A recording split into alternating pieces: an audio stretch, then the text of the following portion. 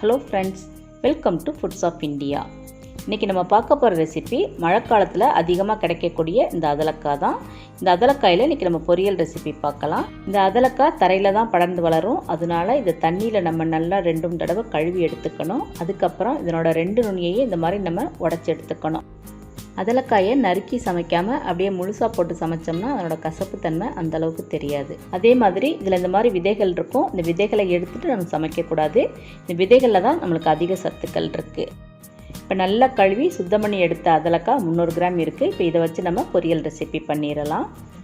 ஒரு பேனில் 1 table spoon அளவுக்கு நம்ம நல்லெண்ணெய் விட்டுக்கலாம். இதுக்கு எண்ணெய் கொஞ்சம் அதிகமாக தேவைப்படும். இது கூடவே 1/2 டேபிள் ஸ்பூன் கடுகு உளுந்தம்பருப்பு போட்டுப்போம். கடுகு நல்லா பொரியட்டும். இப்போ கடுகு நல்லா பொரிஞ்சிட்டது. இது கூடவே நம்ம காரத்துக்கு ஏற்றபடி மிளகாய் வத்தல் கிள்ளி போட்டுக்கலாம். நான் இன்றைக்கி 4 மிளகாய் வத்தல் கிள்ளி போட்டிருக்கேன்.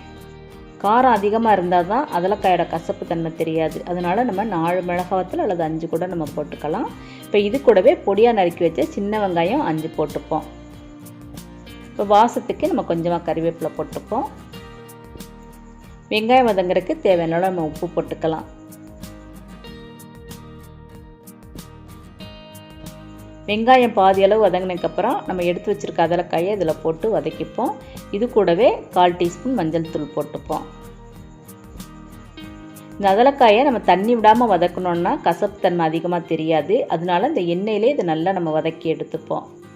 அடுப்பை இப்போ நம்ம மீடியம் ஃப்ளேமில் வச்சுக்கணும். இந்த அதலக்காயில் நிறைய மருத்துவ குணங்கள் இருக்குது. மெயினாக சொல்லணும்னா ரத்தத்தில் சர்க்கரையோட அளவை இது குறைக்கும். அதனால சுகர் பேஷண்ட்ஸ் இதை அடிக்கடி எடுத்துக்கலாம். அதே மாதிரி வயிற்றில் உள்ள குடல் புழுவை நீக்கிற தன்மையும் இந்த அதலக்காய்க்கு இருக்குது. இந்த அதலக்காய் மழை சீசனில் தான் அதிகமாக கிடைக்கும். அதுவும் தென் தமிழகத்தில் தான் அதிகமாக கிடைக்கும். அதனால் கிடைக்கும்போது இதை நம்ம வாங்கி வெயிலில் நல்லா காய வச்சு வத்தலாக எடுத்து தேவைப்படும் போது நம்ம யூஸ் பண்ணிக்கலாம். அதலக்காய்க்கு தேவையான அளவு உப்பை நம்ம போட்டுக்கலாம். அதலக்காய் அதனோட கலர் நல்லா மாறி நல்லா சுருங்கி வர்ற வரைக்கும் நம்ம வதக்கி எடுத்துக்கணும். இப்போ அதலக்காய் நல்லா வெந்துருச்சான்னு நம்ம செக் பண்ணி பார்த்துக்கலாம். அதலக்காய் நல்லா சுருங்கி நல்லா வெந்துட்டது. இப்போ நம்ம இந்த அதலக்காய் பொரியலுக்கு தேவையான அளவு தேங்காய் துருவல் போட்டுக்கலாம். இந்த மாதிரி கசப்பு தன்மை அதிகம் உள்ளதுக்கு நம்ம தேங்காய் துருவல் அதிகம் போட்டோம்னா அதனோட கசப்பு தன்மை அந்தளவுக்கு தெரியாது. அதனால் நம்ம ஒரு 1/4 கப் அளவுக்கு தேங்காய் துருவல் போட்டுப்போம். தேங்காய் துருவலையும் அதலக்காயும் சேர்த்து நல்லா மிக்ஸ் பண்ணிட்டு இப்போ நம்ம அடுப்பை ஆஃப் பண்ணிடலாம். இப்போ நம்மளோட மருத்துவ குணம் அதிகம் உள்ள அதலக்காய் பொரியல் ரெடி ஆயிடுச்சு. இவ்வளவு மருத்துவ குணமுள்ள அதலக்காயை இந்த சீசனில் நீங்களும் ஒரு தடவை ட்ரை பண்ணி பாருங்கள். இந்த வீடியோ உங்களுக்கு பிடிச்சிருந்தா லைக் பண்ணுங்கள், ஷேர் பண்ணுங்கள். இது வரைக்கும் இந்த சேனலை சப்ஸ்கிரைப் பண்ணலைன்னா சப்ஸ்கிரைப் பண்ணுங்கள். தேங்க்ஸ் ஃபார் வாட்சிங்.